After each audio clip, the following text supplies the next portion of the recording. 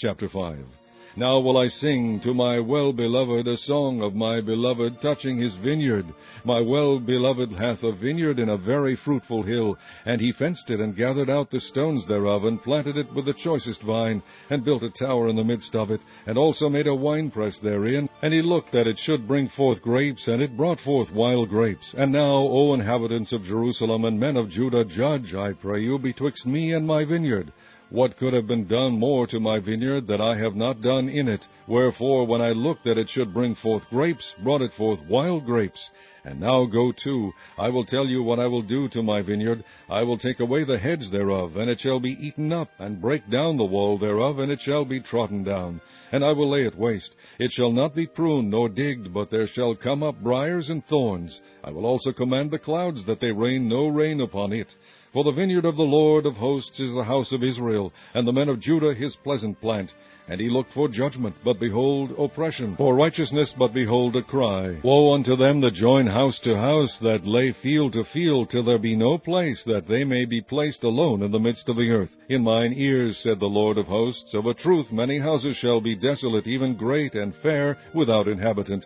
Yea, 10 acres of vineyard shall yield 1 bath, and the seed of an homer shall yield an ephah.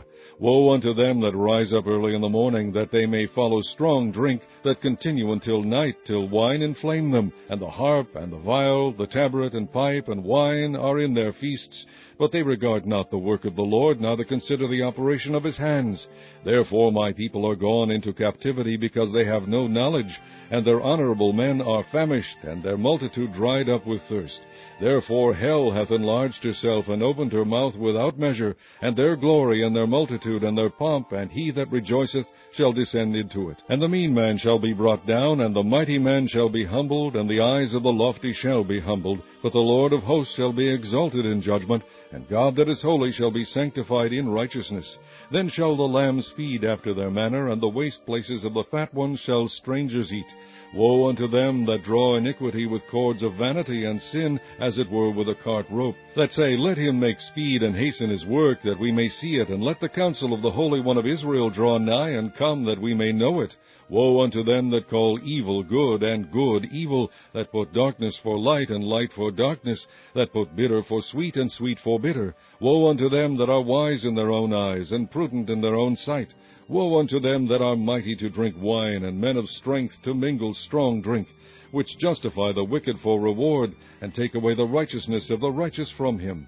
Therefore as the fire devoureth the stubble, and the flame consumeth the chaff, so their root shall be as rottenness, and their blossom shall go up as dust, because they have cast away the law of the Lord of hosts, and despised the word of the Holy One of Israel.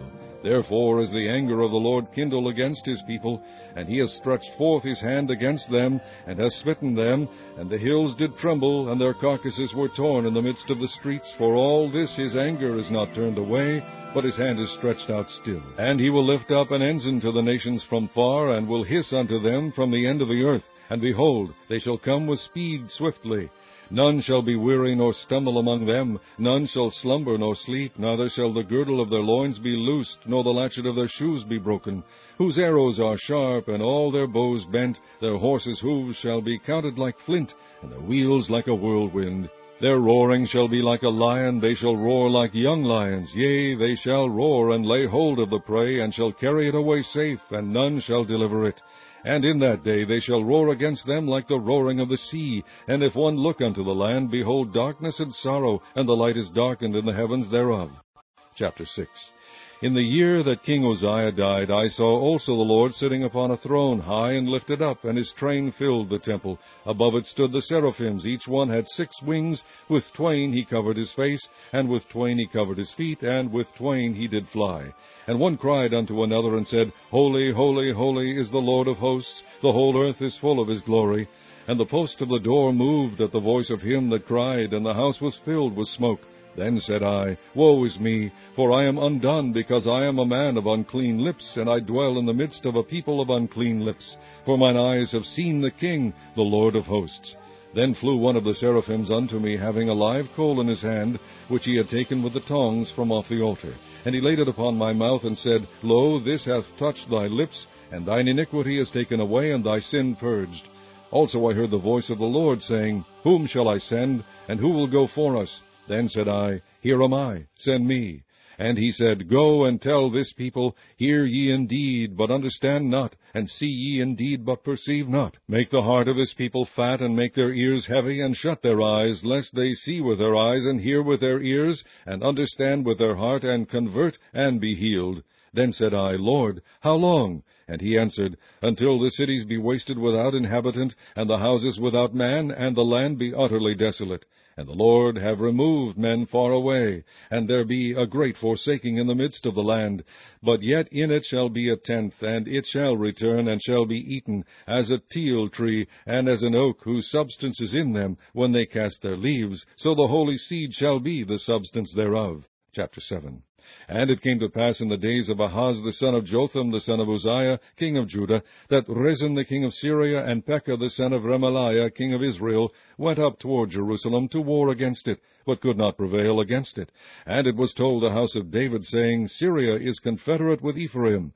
And his heart was moved, and the heart of his people, as the trees of the wood are moved with the wind. Then said the Lord unto Isaiah, Go forth now to meet Ahaz, thou and Shear-Jashub thy son, at the end of the conduit of the upper pool in the highway of the fuller's field, and say unto him, Take heed and be quiet, fear not, neither be faint-hearted for the two tails of these smoking firebrands, for the fierce anger of Rezin with Syria, and of the son of Remaliah, because Syria, Ephraim, and the son of Remaliah have taken evil counsel against thee, saying, Let us go up against Judah, and vex it, and let us make a breach therein for us, and set a king in the midst of it, even the son of Tabeal. Thus saith the Lord God, It shall not stand, neither shall it come to pass. For the head of Syria is Damascus, and the head of Damascus is Rezin, and within 65 years shall Ephraim be broken, that it be not a people.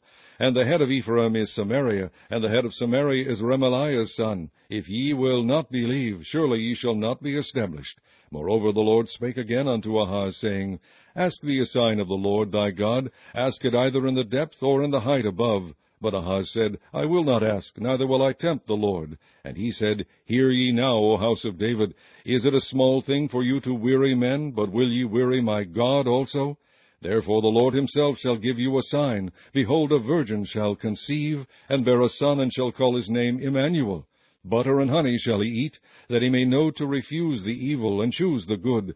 For before the child shall know to refuse the evil, and choose the good, the land that thou abhorrest shall be forsaken of both her kings. The Lord shall bring upon thee, and upon thy people, and upon thy father's house, days that have not come, from the day that Ephraim departed from Judah, even the king of Assyria.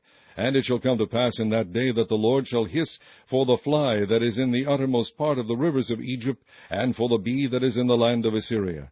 And they shall come, and shall rest all of them in the desolate valleys, and in the holes of the rocks, and upon all thorns, and upon all bushes. In the same day shall the Lord shave with a razor that is hired, namely by them beyond the river, by the king of Assyria the head, and the hair of the feet, and it shall also consume the beard. And it shall come to pass in that day that a man shall nourish a young cow and 2 sheep. And it shall come to pass for the abundance of milk that they shall give, he shall eat butter.